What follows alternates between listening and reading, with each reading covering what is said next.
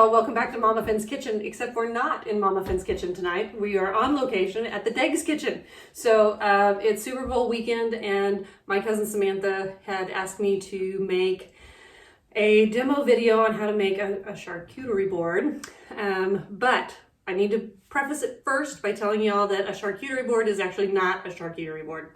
A charcuterie board is actually a grazing board, because charcuterie by definition is really just the aging of meats to make salamis and prosciuttos and things like that. That's what charcuterie is. And so everything that we call here in the United States a charcuterie board is really not. It's really just a grazing board. So you can sound fancy and bougie all you want, as my dad loves that term bougie now all of a sudden. But you can sound bougie all you want, but it's really not a charcuterie because that would be just meat. So we're gonna make a charcuterie grazing board tonight. So we're gonna make meats and cheeses and crackers and all kinds of fun things.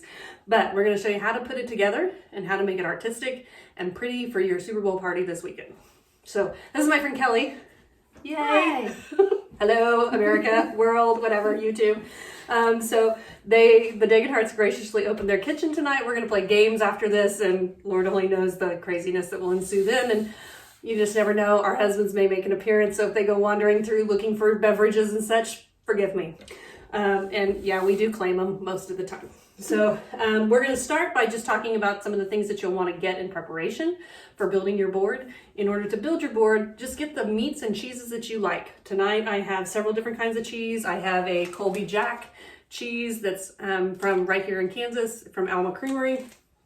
We have a nice smoked Gouda here. We've got a nice salty Parmesan. In addition, we've got a white cheddar, an Irish white cheddar. I've got a pepper jack over here.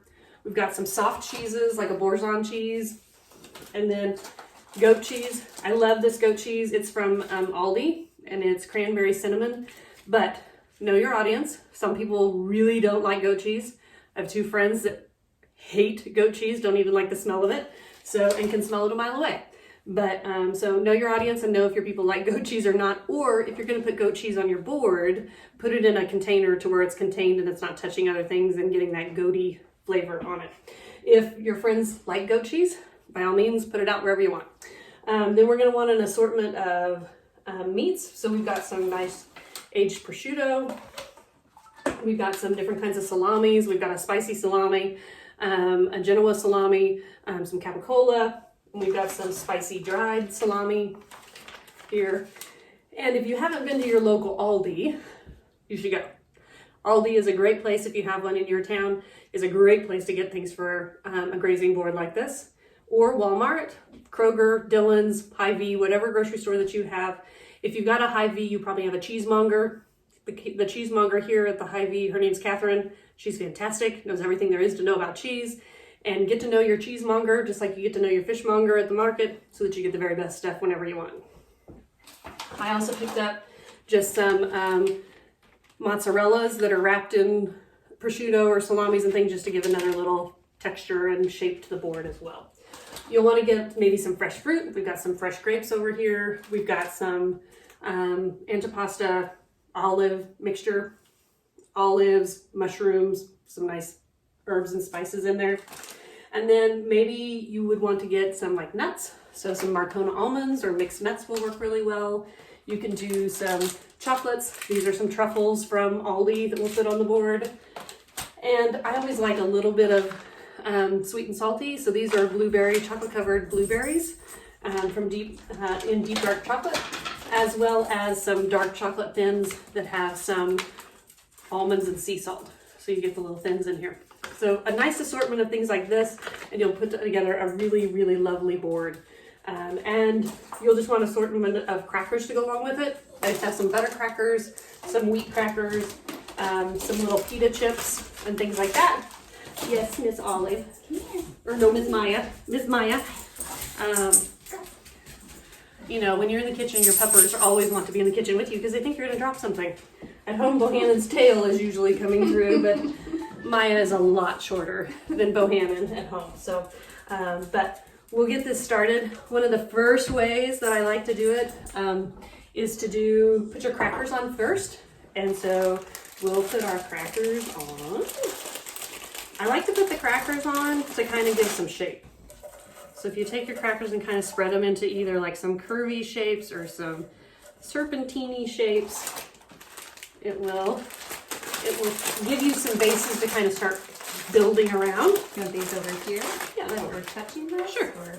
Yeah, you can just spread those into another little circle. And you really kind of can't go wrong. My friend Jake is the one that told me, he's like, girl, just use your design eye, use your design aesthetic, and that's great. Like, you can do these little swirls and we'll kind of build the board around it. So then the next thing I want you to think about when you're kind of building your board like this is some of the containers that you might need to put things in. So if we have that super soft goat cheese and we want a little container, if you've got little shallow dishes or little ramekins from your kitchen, they work great on boards like this. So get a couple of those little shallow dishes or ramekins, custard cups, things like that, and we can put those around on the board for a few of the things that we might want to put on here too. So as you're kind of building that, then you're just going to build everything kind of around it. So we'll start probably with kind of our cheeses. And one of the things that you want to think about when you're doing your cheeses is the colors on them. So I have a couple of cheeses that are orange, and this one's buffalo cheese curds, and then our Colby Jack. So you'll kind of want to keep those spread out so that you can balance your colors. So yeah, like on that corner, yep, that'll be great. And we'll balance that orange on that side with the orange on this side. And piling them up is really great. Before we started the video, I cut most of the cheese into little cubes. It tends to stack nicer that way but you can do it in different shapes. You can do cubes, you can do slices. If you've got a nice triangle cheese like the salami, like the Parmesan, if you've got that, you can do the triangle pieces of it. And you can even layer those nicely pretty if you want to take the time to do it. Half the time people are going to come along and graze and pick this step really quick anyway. So I just kind of put it out in little piles as we go. So it doesn't have to be too fancy. So then we'll take some of our white cheeses, and I'd say we'll probably put some meat there. So I think probably put in, whoop, we're losing a cracker, man on the run. Yeah, that sounds great.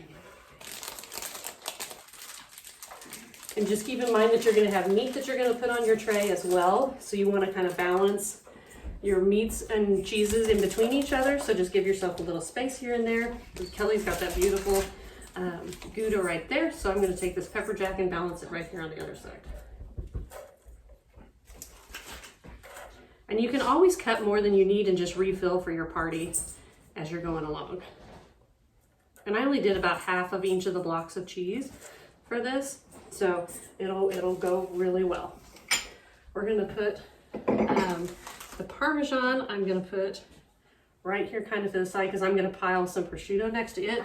Parmesan and prosciutto go really well together. And that beautiful white Swiss, let's see. We've got a nice little color going here.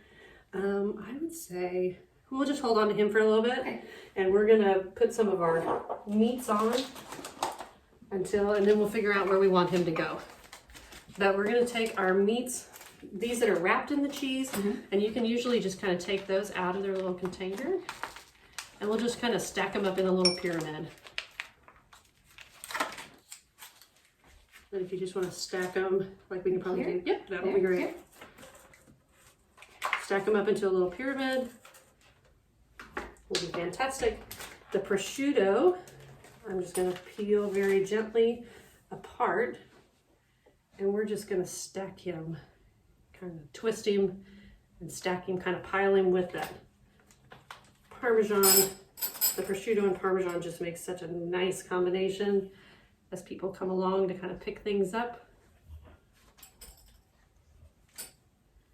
We'll put a little pile of prosciutto right there. And then we're going to take our little bite-sized salamis and we'll just make a little pile of it right here next to that little dish because he's nice and dark red, so his color is going to be a little bit different in comparison to the salami that Kelly has over there so nicely. And I'm going to take some of these, this capicola right here. This is hot capicola. And just get yourself a nice variety of different kinds of meats when you go to your Aldi or your Dillon's into the deli section. Right now with grazing boards and charcuteries being so popular, you'll find lots of different styles in your local Walmart or your local Dillon's. And one of the great ways, if you want to take your rounds of meat. I'm going to give you the spicy one. And we'll fold them. And if you'll take your round and then fold him in half and then fold him in quarters, he kind of makes a little bit of a ruffle. And that will be really pretty. Then when you go to put him on the plate, you can kind of then fan those little ruffles out. Get this one up here. That'll be great. That'll balance that color beautifully.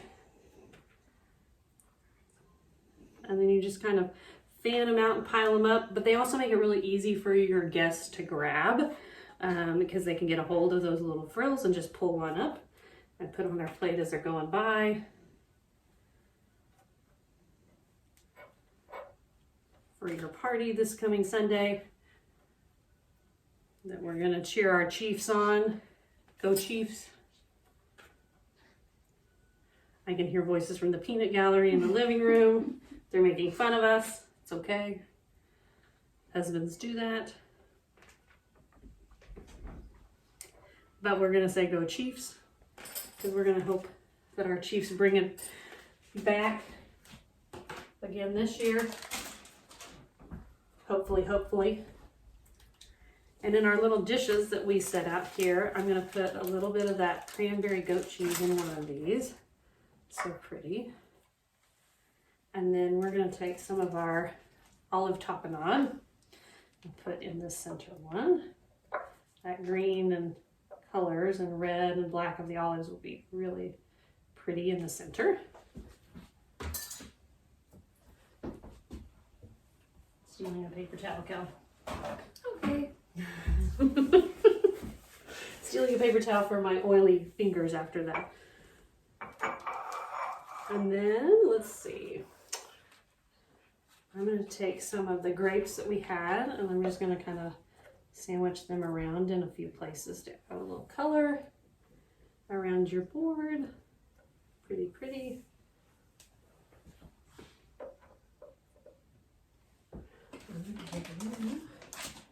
We've got some peppered salami here too. Some herbed and peppered.